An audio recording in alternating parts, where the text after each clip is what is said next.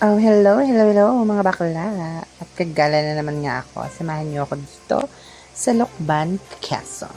Alright, so kasama ko nga pala dito sa Ate Chris, Ate Joyce, Ate Anjet, Ate Karen, yung pamangkin niya, si Marco, si Dose Tres, and of course, ang promotor sa lahat, si Ella. So ayun, nag-ikot-ikot lang kami dito sa mga stalls, naghanap ng makakain, maupuan, maiinom, lahat na naglakad-lakad pictures, video, at mababangga pa kami. At nabunggo na nga po ang mga nagpa-vlog. Nabunggo na kami. So ayun, mabubunggo pa kami. Wala kayong pakialam, vlog is life.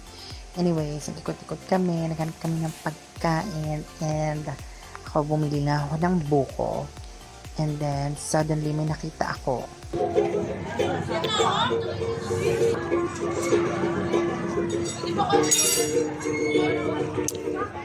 O diba, ang galing ni Kuya. Support local.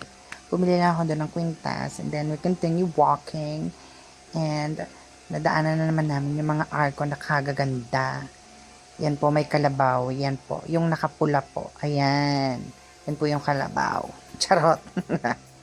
And by the way, ito nga po pala yung main lock ng munisipyo sa Lokban, Bayan. Sobrang ganda ng pahiyas. Kineme nila. O, diba? 2026. Kabog. Yun lang, kain na kami. May nag-request pala na bata. Tsurang ko daw siya. Magsasangyup kami. Dito kami sa season. Actually, nauna pala kaming magsangyup bago kami maglokban bayan. Wala kayong pakialam. Inuna ko lang sa vlog. Kasi nga, vlog is life. Anyway, kakain na kami at umpisahan na ang pagluluto.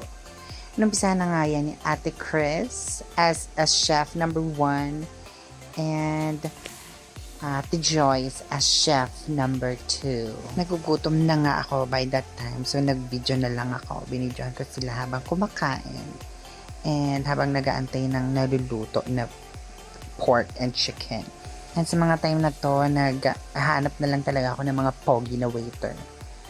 And of course, hindi naman ako nabigo kasi may nakita akong isa. So, ito na nga pala yung mga pagkain nila. May kimchi soup, rice cake. Ito, hindi ko alam.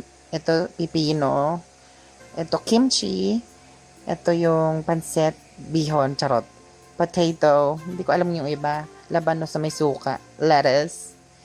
And yan na, kain na. Luto na. And kakainin ko na nga pala yung mga waiters. Hindi, kumain na pala ako. Charot lang. Kumain na ako dyan kasi nagugutom na ako. Di ato na. Wala na kami pakialam niyan. Kain na ng kain. Ang gulo na ng mesa dahil gutom na kami. And after niyan, pumunta na kami sa Lokban. As I've said, vlog is live. Kaya nauna to. Yun lang. Bye!